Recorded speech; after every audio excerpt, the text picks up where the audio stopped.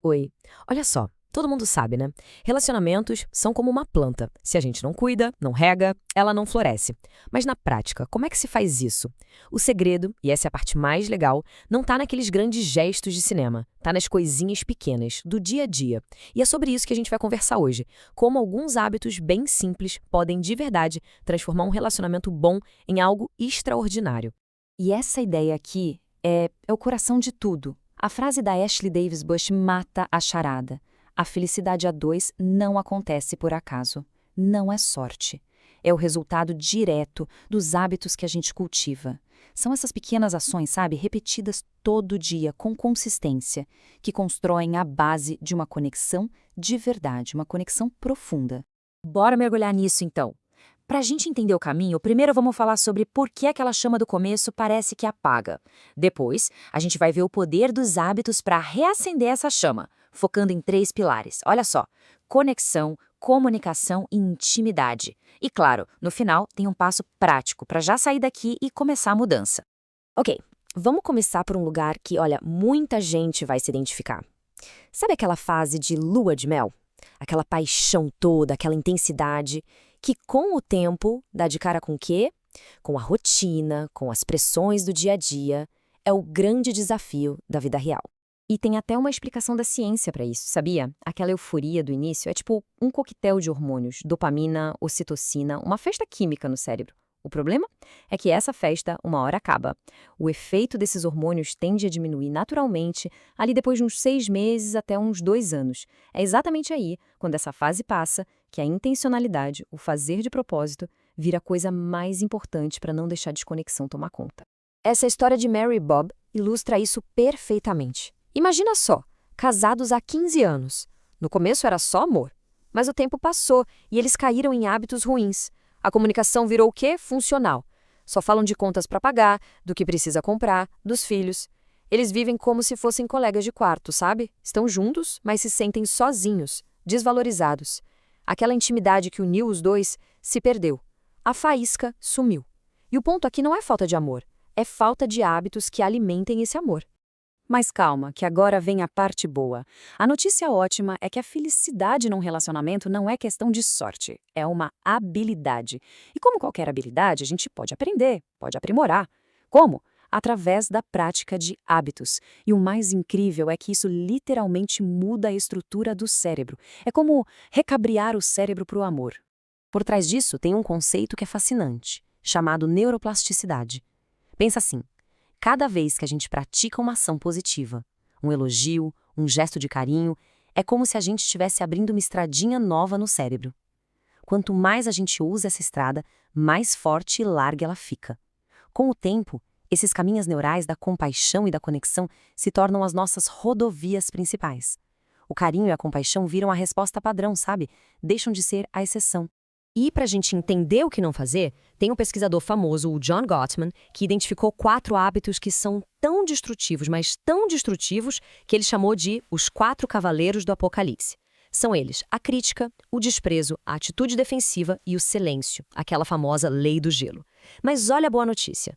Para cada um desses cavaleiros existe um antídoto.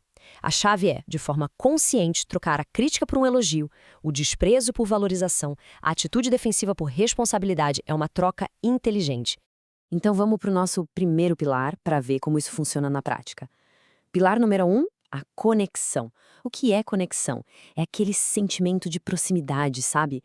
De sentir que se está no mesmo time, remando na mesma direção na jornada da vida. É a base de tudo.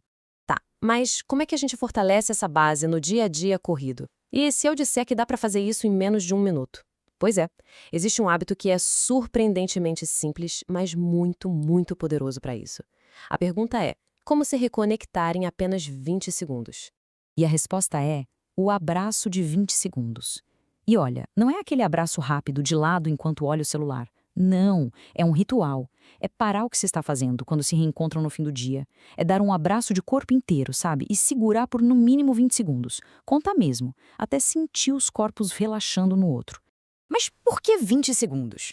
Não é um número aleatório. A ciência mostra que esse é o tempo mínimo para estimular a liberação de ocitocina. A gente conhece ela como o hormônio do amor, né? Essa substância química cria sentimentos de vínculo, de confiança, de conexão. É uma ação minúscula com um impacto bioquímico gigante. Certo. Vamos para o nosso segundo pilar, comunicação. Mas, isso vai muito além de só falar. É sobre criar um espaço seguro, onde dá para compartilhar as coisas com honestidade. É sobre ouvir com respeito, sem interromper. E o mais importante de tudo é sobre se sentir de verdade compreendido. Ouvir e ser ouvido. E aqui vai um hábito para transformar a comunicação.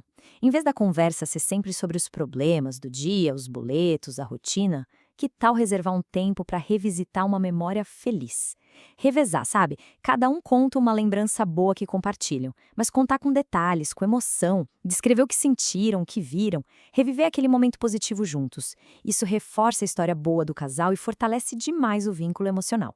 E, finalmente, chegamos ao nosso terceiro pilar, a intimidade.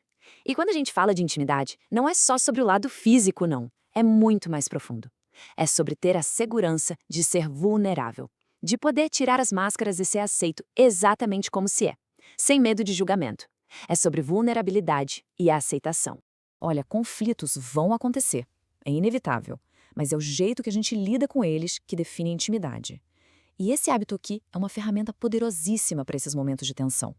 A ideia é a seguinte: no meio de uma discussão quente, em vez de focar em quem está certo e quem está errado, faça uma pausa. Cada um volta a atenção para dentro, para o próprio corpo, e descreve em voz alta o que está sentindo fisicamente. Tipo, meu coração está acelerado, estou sentindo um nó no estômago. Isso quebra aquele ciclo de ataque e defesa na hora e abre espaço para se acalmar e para ter um pingo de empatia. Bom, depois de ver tudo isso, a grande pergunta que fica é: por onde eu começo? A ideia de mudar tudo de uma vez pode parecer assustadora, né? Uma montanha para escalar. Mas a chave não é fazer uma revolução. O segredo está nas pequenas ações. E esse é o ponto crucial. Esquece aquelas grandes resoluções de ano novo que quase nunca duram. A verdadeira transformação, aquela que fica, vem de integrar uma pequena mudança, uma coisinha de cada vez na rotina diária. São essas pequenas ações, quando praticadas todo dia, que criam um impacto gigantesco no longo prazo. E aqui tem um detalhe fundamental. Não precisa que as duas pessoas decidam começar ao mesmo tempo. Não mesmo. Basta que uma pessoa inicie um novo hábito positivo. Essa atitude, essa simples mudança de uma pessoa, já tem o poder de alterar toda a dinâmica do relacionamento. É como um convite para outra pessoa responder de um jeito novo, diferente. Um hábito, duas pessoas, uma mudança. Então a questão que fica é essa. A gente falou aqui do abraço de 20 segundos, da lembrança feliz, da pausa no meio do conflito. Um amor extraordinário não é algo que a gente encontra por aí como se fosse um tesouro escondido. É algo que se constrói, tijolinho por tijolinho, um pequeno hábito de cada vez. Então a pergunta é: qual vai ser o seu primeiro hábito? Qual vai ser a primeira pedra dessa construção?